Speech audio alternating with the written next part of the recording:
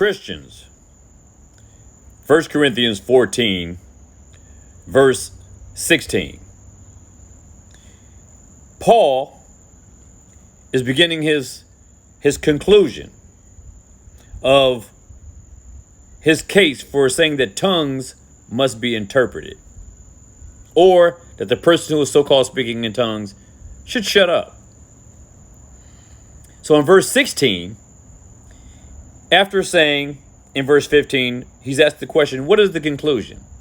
If you're going to pray, pray with understanding. If you're going to sing, sing with understanding, and not with all this gibberish and babble that people call tongues. So in verse 16, he says, otherwise, if you bless with the Spirit, meaning if only the Spirit understands what you're saying, how will he who occupies the place of the uninformed say amen? In other words, you're all babbling away, blah, blah, blah, blah, blah, blah, just babbling away.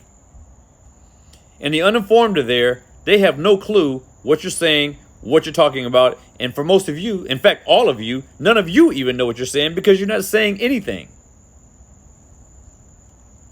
He says, how will they say amen? And then he says, how do they say amen at your giving of thanks, since he does not understand what you say? You see, all you people, all you Christians, so-called Christians that are out there talking about you're speaking in tongues and placing this inordinate, elaborate, stern position on the veracity of the experience that you are having and the experience that you're forcing others to have.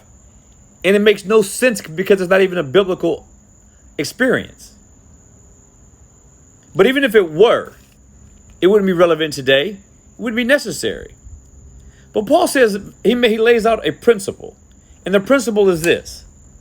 If you're going to say something, it is better to use 2 words with understanding than a multitude of words where no one understands and is able to say amen.